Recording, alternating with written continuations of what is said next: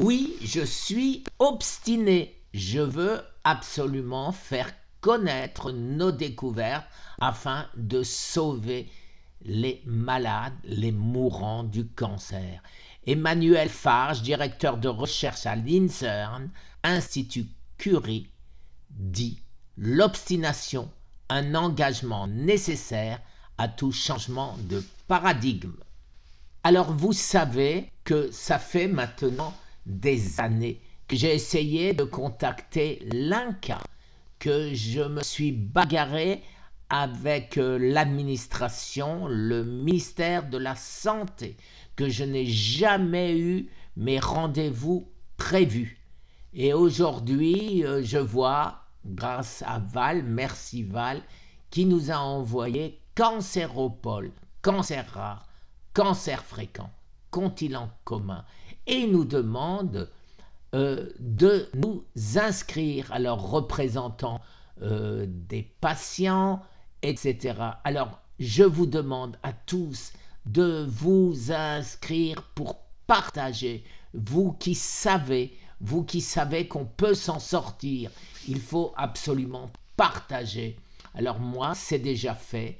Votre inscription au séminaire cancer rare du Cancéropole Île-de-France, Guy Tenenbaum, vous venez de vous inscrire en ligne. Alors les amis, c'est le jeudi 28 2023. On n'avait fait aucun cas de ce que j'ai dit, malgré de très nombreux soutiens à l'INCa qui est resté sur son dogme, à savoir chimiothérapie et radiothérapie. Alors, ils avaient 220 idées. 220 idées, mais depuis combien de temps ils avaient ces idées? Aujourd'hui, il s'est passé encore 2 ans. Et aujourd'hui, aux États-Unis, de plus en plus, les professeurs parlent de l'effet du jeûne, qui, je rappelle, qui a eu un prix Nobel, rappelle que l'alimentation joue un rôle énorme. Donc, que dire? On a trouvé pourquoi certains médicaments fonctionnent. Et de ce fait, comme nous savons aujourd'hui pourquoi ça fonctionne, de là, on peut trouver la guérison. Vous le voyez? Vous voyez? Ministère des Solidarités et de la Santé, Direction Générale de la Santé. La lettre, j'ouvre la lettre et je la lis. Alors, je vais vous la lire aussi, puisque vous n'arriverez certainement pas à la lire correctement comme ça. Et voilà maintenant les lettres que personnellement j'ai écrites. Alors, ces lettres, je vais vous les mettre en grand. Alors, celle-ci a été envoyée au ministère des Solidarités et de la Santé, datée du 11-12-2019. C'est bien à celle-même. Voilà, je vous laisse lire et vous allez constater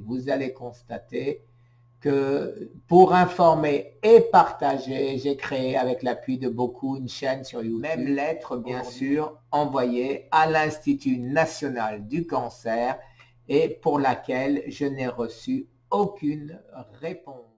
Alors, ministère des Solidarités et de la Santé, Paris le 29 janvier 2020, la chef du cabinet, Monsieur le Président, vous avez bien voulu solliciter une audience auprès de Madame Agnès Buzyn, ministre des Solidarités et de la Santé, pour évoquer votre demande de soutien financier afin de mener une étude observationnelle sur des soins alternatifs contre le cancer. Alors, c'est quoi cette étude pour ceux qui n'auraient pas suivi? Eh bien, les soins alternatifs contre le cancer, c'est ce que je fais, c'est ce que font beaucoup de gens qui me suivent, beaucoup de gens qui ont témoigné sur ma chaîne et qui s'en sortent.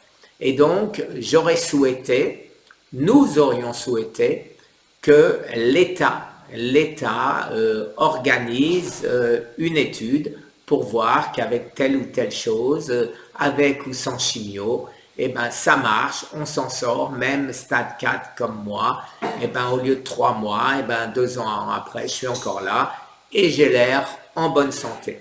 Je ne suis de loin pas le seul, mais je suis un des seuls qui le communique et qui insiste auprès de notre administration pour qu'ils prennent en compte ces soins alternatifs qui marchent.